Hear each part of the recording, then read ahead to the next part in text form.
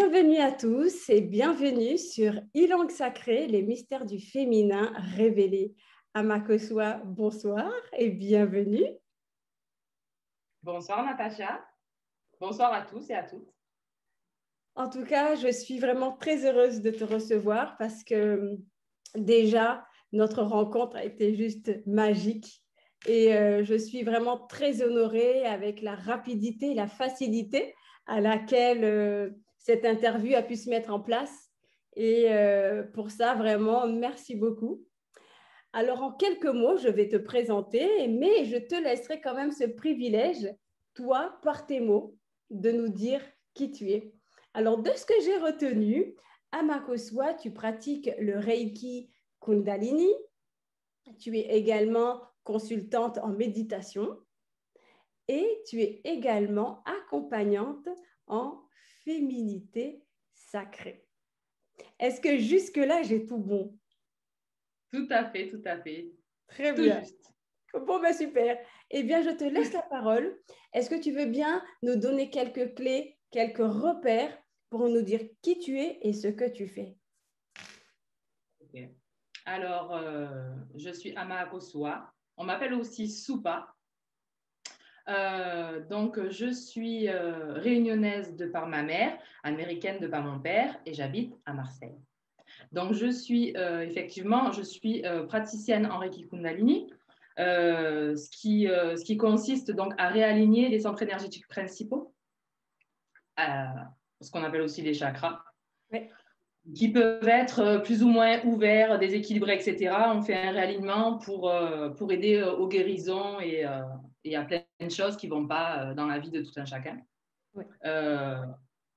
Je suis aussi, donc, comme on le disait tout à l'heure, conseillère en conseillère en méditation. Justement parce que à la suite du soin Reiki, Oui. en général, je donne des conseils pour faire des méditations justement pour pas que les chakras ne se dérèglent trop après le soin.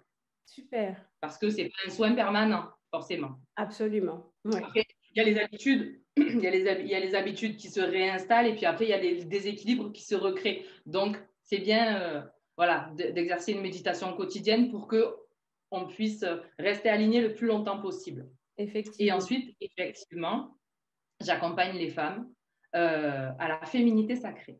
Voilà. Alors déjà, c'est la première fois que j'entendais le mot féminité sacrée, parce que souvent on va entendre le mot féminin sacré. Alors, est-ce qu'il y a une différence entre ces deux notions? Est-ce que tu veux bien nous expliquer en détail ce que c'est? Oui, alors pour moi, le féminin sacré, c'est quelque chose que l'on incarne. Oui. La féminité sacrée, c'est quelque chose que l'on pratique. Donc, c'est deux choses différentes. On va pratiquer le féminin sacré pour incarner nous allons pratiquer notre féminité sacrée pour incarner notre féminin sacré et ainsi accéder à notre divinité, à notre féminin. Très bien. Tout simplement. D'accord. Mais est-ce que c'est le fait que tu sois arrivée là à être justement accompagnante à la féminité sacrée, est-ce que ça a toujours été une voie qui était évidente pour toi? Comment est-ce que tu en es arrivée là? Alors, pas du tout, pas du tout. J'étais très, très masculine. Oui. Nous vivons dans une société qui fait que les femmes n'incarnent pas leur plein potentiel féminin. Nous sommes très masculines, très, très masculines. Oui. Nous ne laissons pas sa place à l'homme. Voilà, on veut être féministe, reprendre notre pouvoir, etc. Mais on le fait de manière très, très masculine. Oui. Alors moi, ce qui m'a poussée donc à pratiquer cette féminité sacrée, donc c'est qu'en fait, j'ai été abusée sexuellement quand j'étais enfant. D'accord.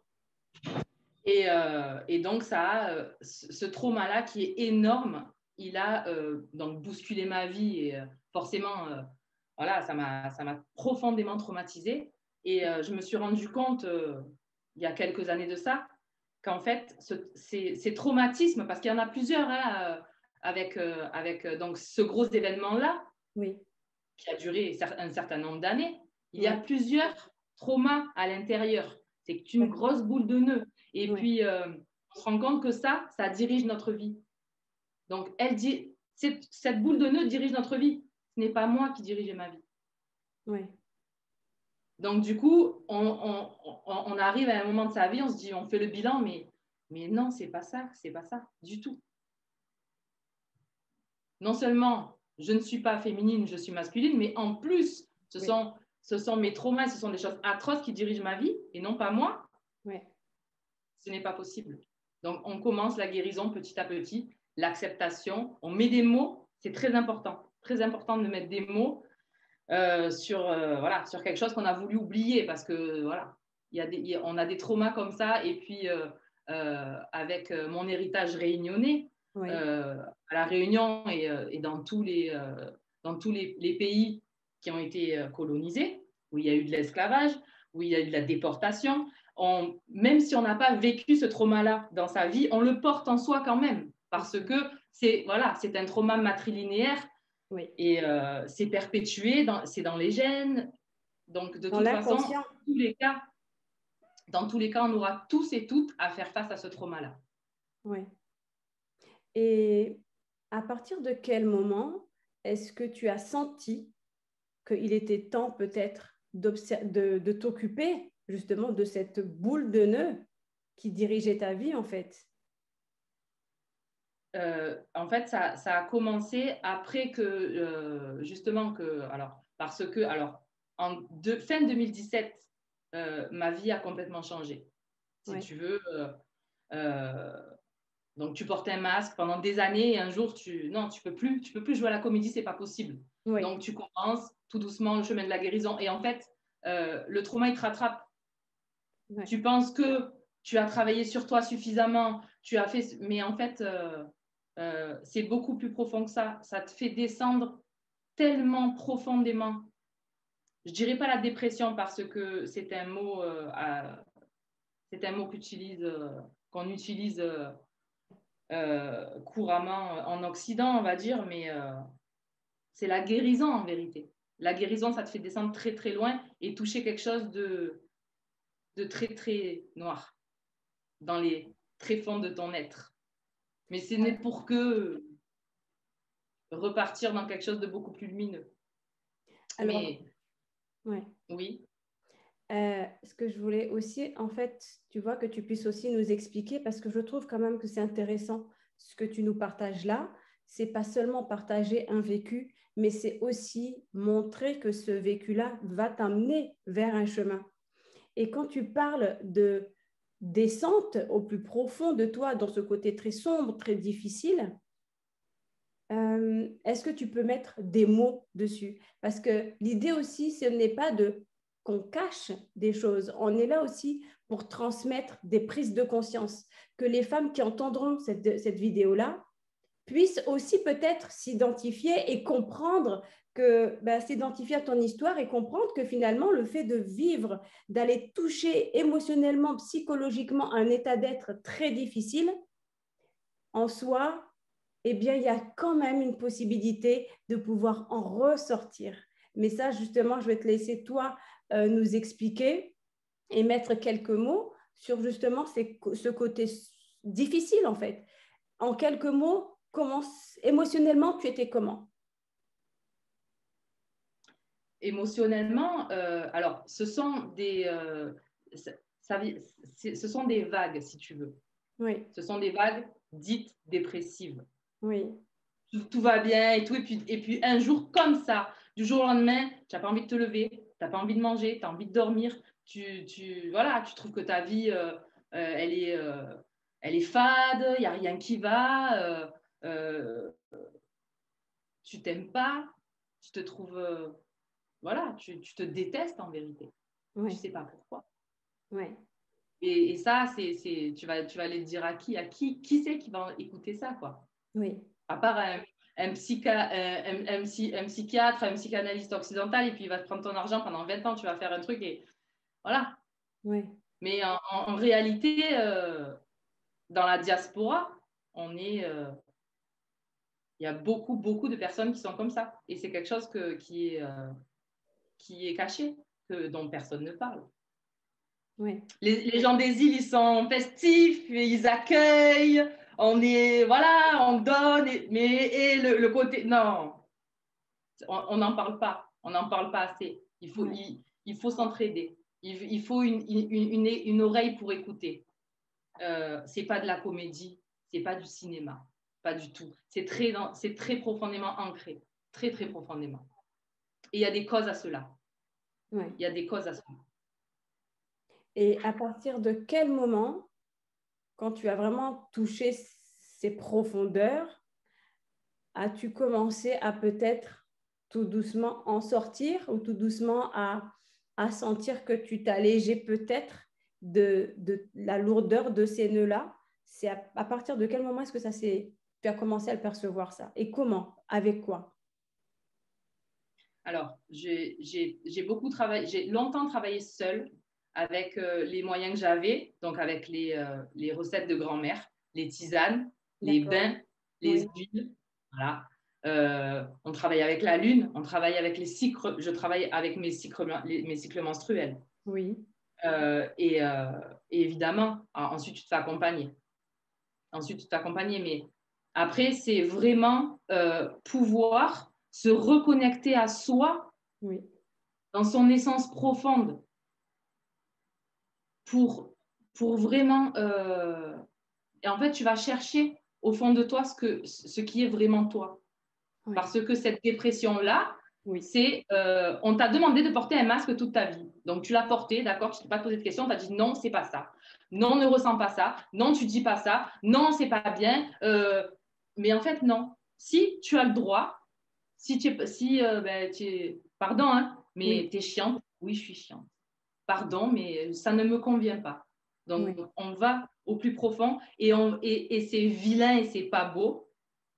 Mais quand il y a une sista qui t'accompagne, une sœur qui t'accompagne, Oui. une deuxième sœur, que tu peux en parler, eh bien là, c'est différent. Alors, on Là, est... le vilain, il devient beau. Ça sent bon. Ça Ouais, sent plus mauvais. c'est clair. Mais quand tu parles de sœur, on est d'accord que ce n'est pas forcément une sœur de sang, mais c'est une sœur bienveillante, prête à nous accompagner, à nous épauler dans cette épreuve-là. Totalement. Que ce soit une praticienne ou pas Oui, d'ailleurs. oui, Totalement. d'accord. Et justement, quand tu as commencé à sentir, qu'est-ce qui a changé pour toi entre cette femme qui était en pilote automatique avec un masque et cette femme qui a commencé à connecter, à sentir son essence, à commencer à sentir le parfum de la fleur qu'elle est. Bilang, bilang. Ilang, clairement. C'est ça. Voilà. Oui. Comment tu as commencé voilà, à voir que les choses, elles commençaient à changer pour toi? Eh bien, c'est à voir, c'est-à-dire que je suis une fille de quartier, jean Oui, basket, voilà, oui, qui roule des mécaniques, mais qui incarne son grand frère, si oui, tu préfères. oui. Et là, d'un coup, tu n'as plus envie de mettre des baskets, tu as envie de mettre des chaussures de fille, tu as envie de te maquiller, tu as envie de te coiffer et de porter des tenues et, euh, et, euh, et de ralentir Mhm. et et juste d'être ce que tu es en vérité Ouais. et sentir la puissance donc de ton chakra sacré et de ton chakra, donc le premier et le deuxième, Oui. Alors, chakra rouge et juste chakra orange. sans te couper, mais pour les personnes qui ne connaissent pas justement les chakras, donc on va rester sur les chakras 1 et 2, donc racine et sacré, ça se situe à quel niveau et ça représente quoi? Juste pour que on permette aux personnes de comprendre en fait. Alors, le chakra sacré, donc on le situe en général au niveau du sacrum, mais il va jusqu'à la pointe des pieds. Donc, D'accord. c'est l'ancrage qui te permet de t'ancrer. C'est comme si tu es un arbre, c'est ce qui te Oui. permet de planter tes racines dans le sol. Donc, c'est toutes les jambes du sacrum, toutes les jambes jusqu'au bout des pieds. Et D'accord. puis, le sacré, c'est le womb. Tu peux m'aider s'il te plaît en français? Le ventre. Le ventre, non, la Utérus. matrice. Womb. L'utérus. La matrice, l'utérus, exactement. Donc, c'est l'entrée de la matrice et la matrice en elle-même. D'accord.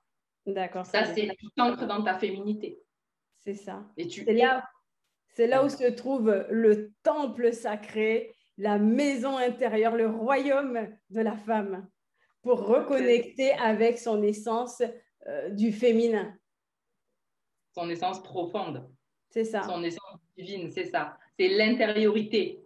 Oui. La femme, c'est l'intériorité. Et ici, on te dit, oui, la femme, alors, c'est la femme d'intérieur, la femme qui fait le ménage à l'intérieur. Mais ça, oui. Non, en vérité, c'est l'intériorité, c'est ça, c'est le temple. Nous devons nettoyer notre intériorité en premier. Oui. Et en quoi c'est important de nettoyer cette intériorité en premier? Pour quelle raison on le fait? Alors, d'un point de vue énergétique, oui. C'est important parce que nous portons énormément déjà de par nos lignées maternelles oui. et paternelles, oui. de par ce que nous avons vécu quand nous étions enfants jusqu'à la prise de conscience. Oui. Donc, du coup, il va falloir nettoyer énergétiquement et tout le corps. Donc, ce qu'on appelle l'aura, c'est le champ électromagnétique qu'on peut faire avec les bains de sel et de plantes, etc. Mais avec la matrice aussi. Ça, c'est à base de méditation et d'autres choses un petit peu secrètes. Spécifiques. Voilà. Spécifiques. Merci. Et, alors ensuite, par contre, je vais orienter vers d'autres praticiennes pour ce qui est des paires de yoni, etc. Oui. Voilà. Parce que moi, je ne fais pas les paires de yoni. Je fais les œufs. Oui. Mais pas les perles. Ça. Les œufs, de toute façon, j'en reparlerai sur une autre vidéo, plus en profondeur, justement, sur les techniques, avec également les perles aussi. Et justement, qu'est-ce qui a fait que tu es passé de cette connexion tout doucement à la fleur d'ylang-ylang que tu es à accompagnante en féminité sacrée? Alors, voilà, quel a été le lien finalement? Est-ce que tu t'es réveillée en te disant, ça y est, je commence à me reconnecter, je veux accompagner les femmes?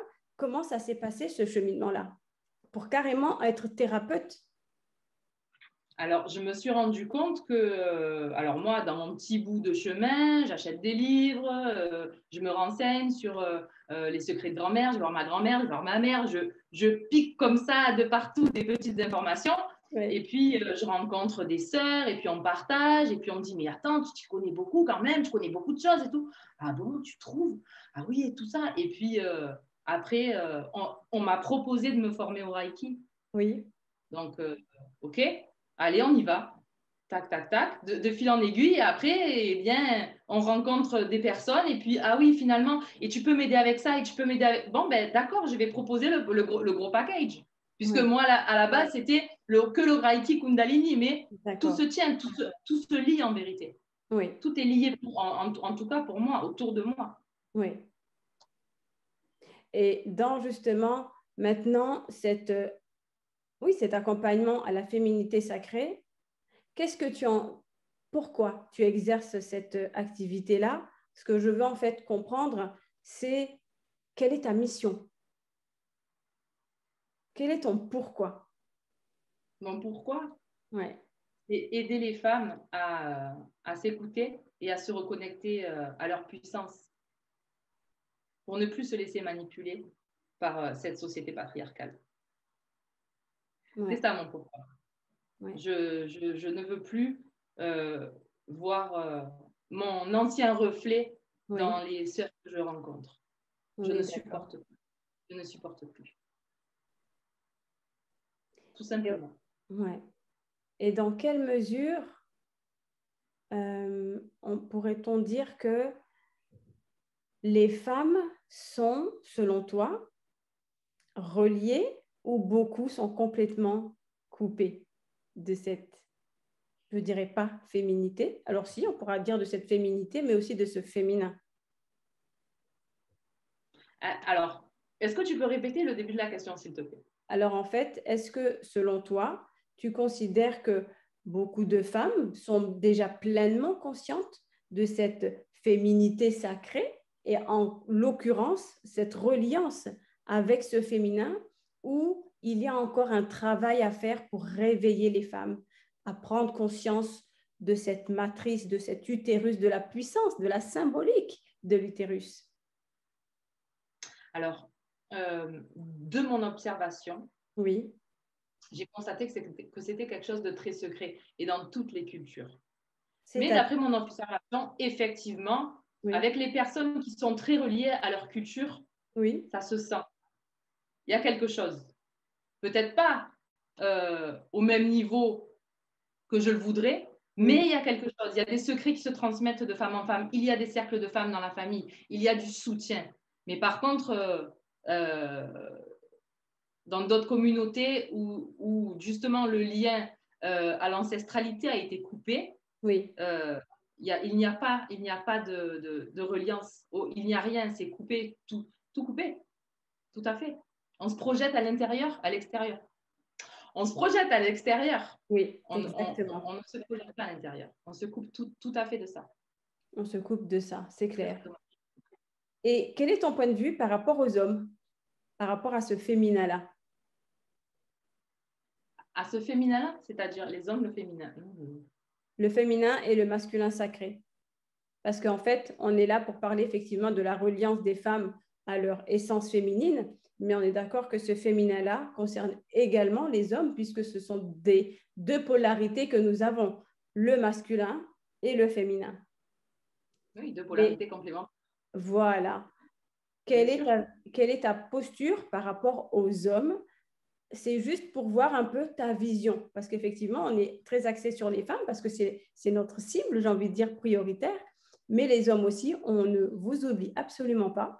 Et effectivement, c'est toujours intéressant d'avoir un retour d'experte par rapport aux hommes avec justement ce travail du féminin. Est-ce que tu rencontres aussi des hommes ou pas du tout? Alors, pour l'instant, non. Mais D'accord? effectivement, quand on travaille le féminin, comme nous portons les deux polarités, Oui, le masculin, pour soigner son côté masculin, va être obligé de travailler son féminin en premier. d'accord. Puisque aujourd'hui, dans les sociétés d'aujourd'hui, voilà, le masculin est poussé en avant, et chez les femmes et chez les hommes. Il n'y a plus de sensibilité. Oui, Comme la femme, dans le couple divin, la femme est là pour porter l'homme. Elle est derrière. Elle est dans l'intériorité, dans le subtil, dans l'invisible. L'homme, il est dans la matérialité. Donc, il ne peut pas renaître à ce qu'il est s'il ne passe pas par travailler son féminin en premier, puisque c'est le féminin qui porte le masculin. exactement. Et est-ce que tu peux faire juste un petit rappel que les hommes n'aillent pas confondre quand on parle de féminin, que l'on parle de féminité, parce qu'on est clairement sur deux choses différentes. Est-ce que tu peux donner juste Bien sûr. quelques mots-clés pour remettre, comment dirais-je, à leur place ce qu'on entend par le féminin chez l'homme? Qu'est-ce que ça représente? En quelques mots, Alors, hein. bien sûr, le féminin chez l'homme, si l'homme ne travaille pas son féminin, Oui, il ne pourra pas aller à la rencontre de son opposé complémentaire qui d'accord. va matcher avec lui. Il va forcément rencontrer quelqu'un qui n'ira pas. Oui, Donc la féminité, il ne pratiquera pas la féminité puisqu'il est un homme. bien sûr. Mais il va travailler son féminin avec toutes les figures et les archétypes avec lesquels donc il est né, quelle Oui, culture il est, oui, dans quelle société nous sommes. On va revoir les archétypes. Et puis, qu'est-ce qui correspond? Relie-toi à toi. Qu'est-ce qui correspond à toi? Travaille ton féminin à l'intérieur et tu ouais, pourras le reconnaître à l'extérieur. Et tu pourras fusionner avec. d'accord. Et c'est pareil pour la femme, de toute façon. On va Exact. travailler en premier le féminin, en second le masculin, pour qu'elle puisse aller trouver son opposé complémentaire. Est-ce que j'ai répondu à la question? Mais complètement, c'était simplement, voilà, pour poser un peu aussi le contexte des hommes par rapport à leur féminin également. Et comme on va bientôt arriver vers la fin de cette interview, quel serait le message que tu as envie de transmettre aux femmes qui nous écoutent? Tout simplement, écoute-toi. Malgré tout ce qu'on dit autour de toi, malgré qu'on te dise non, il ne faut pas pleurer, pleure, pleure, pleure, pleure, pleure à chaudes larmes. jusqu'à ce que tu n'aies plus de pleurs, jusqu'à ce que tu n'aies plus d'eau à verser. Si on te dit de ne pas t'inquiéter, inquiète-toi un peu. Si on te dit de ne pas t'écouter, fais le contraire. N'écoute pas ce qu'on te dit. Écoute-toi, à ta petite voix intérieure. Ouais. C'est mon message. Ouais. En somme, c'est que les femmes apprennent à non pas fonctionner à partir des injonctions extérieures, mais surtout de laisser la place à cette voix intérieure qu'elles ont en elles, en fait. C'est ça? C'est ça. C'est la petite voix. Oui, c'est ça, c'est la petite voix.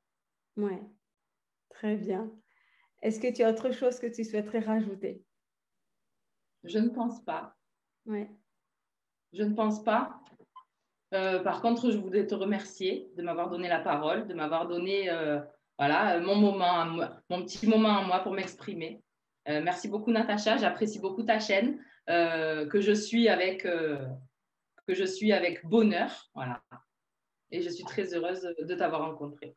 Eh bien, moi, je te remercie de nous avoir honorés pour cette interview, pour cet enseignement et surtout de nous avoir ouvert en fait ton espace, d'avoir été dans cette vulnérabilité qui très souvent, le mot vulnérabilité est un mot qui est souvent associé à une faiblesse, à quelque chose de négatif, alors que être dans sa vulnérabilité, c'est s'ouvrir, c'est ouvrir son cœur et être dans son authenticité. Donc, moi, je tiens à te remercier de nous avoir ouvert ton authenticité, d'avoir montré cette vulnérabilité au travers de ton expérience qui a été riche aussi d'enseignement, mais complètement. La preuve, aujourd'hui, tu es une magnifique accompagnante en féminité sacrée, ce qui est très important dans le monde d'aujourd'hui. Et voilà. Et la dernière chose, tu as dit que c'était ma chaîne. Ce n'est pas ma chaîne, c'est notre chaîne. Voilà. Donc, merci à toi. Merci à vous de nous avoir écoutés et à très bientôt.